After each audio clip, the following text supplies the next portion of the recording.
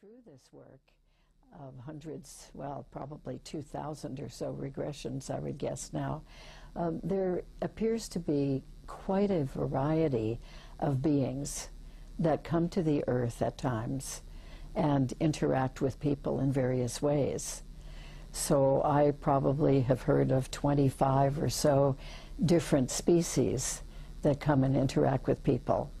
And some of these beings seem to be very loving and caring and compassionate, and they teach and train the human beings they work with.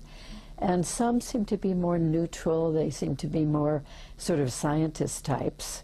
And some of them seem to be very self-serving. That is, they don't seem to care if they really bother the human beings they work with, or if they even physically hurt them, or frighten them, sometimes even terrify them, and they just go about doing what they want for their own purpose.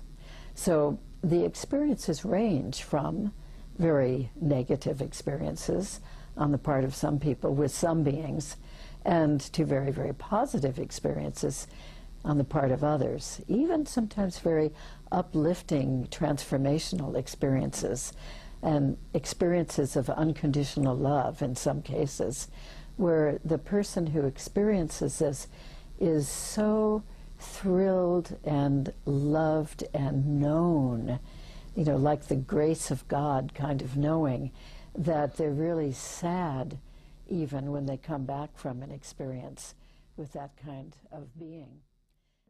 Beings are really very controversial, and there are so many different opinions about them.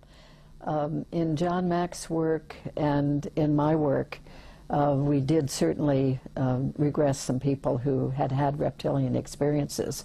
I mean, quite a number of them, although not as many reptilian experiences as experiences with other kinds of beings, it seemed, proportionately. But nevertheless, the reptilian experiences are very notable, very powerful, because the reptilian beings are so striking. They're very energized. They're usually big and strong and muscular and sort of buff and athletic, and often they have sort of a masterful attitude, or they've been described as arrogant and self-centered, and sometimes sort of regal and aristocratic and entitled. And they do not look very attractive to most people. Seem to be very interested in sex with humans and sexual reproduction and creating hybrid beings.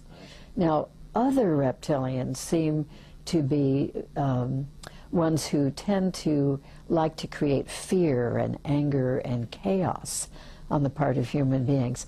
Now, allegedly, as far as we can tell, those reptilian beings like to feed off the energy of human people's fear. So they create situations where fear is going to be happening on the part of the experiencer. And they love that. They derive that as their food and their sustenance.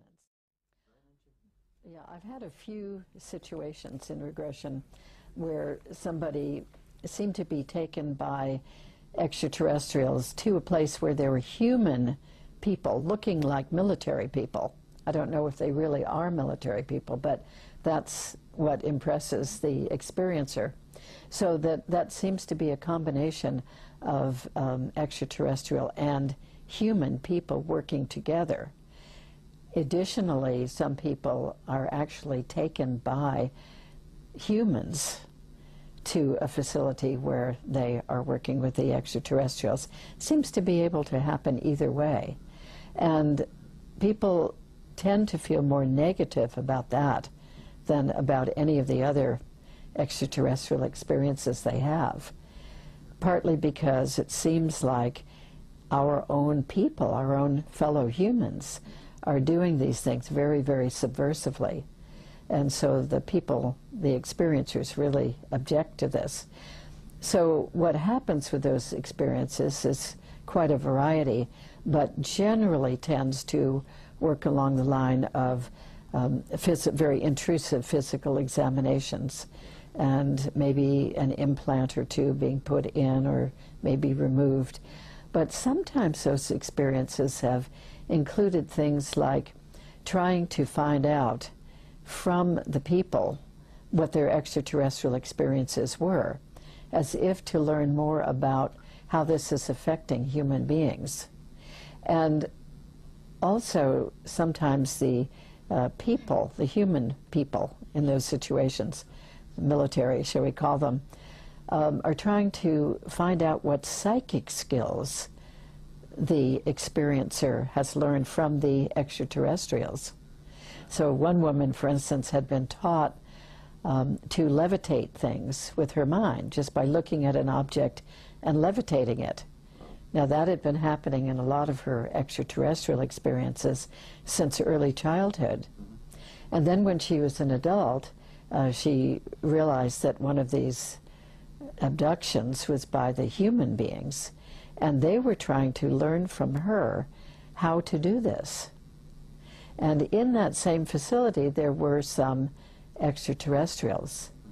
But so she did not mind being taken by the extraterrestrials and learning these skills, but she did mind being abducted by the humans and then trying to get from her, you know, what she had been learning.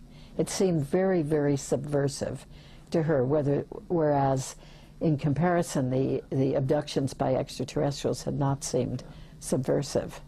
So there does seem to be some collaboration going on between humans in some sort of authority positions working along with some extraterrestrials. Yeah. I could see that with the typical military mindset, the end justifies the means, we don't care about anything else, just the result. Yeah. That mindset, I think being in that presence would be scarier than being in an ET presence. Yes, I think these people do express that being, you know, taken and subjected to things by humans is much more inexcusable, you know, just very untenable. And you see, I think a lot of people, especially when they think of leaders or military people, they expect to be protected by those people. But in these kinds of situations, they're not only not protected, but they're victimized by those people. So it has that extra anger and dislike about it.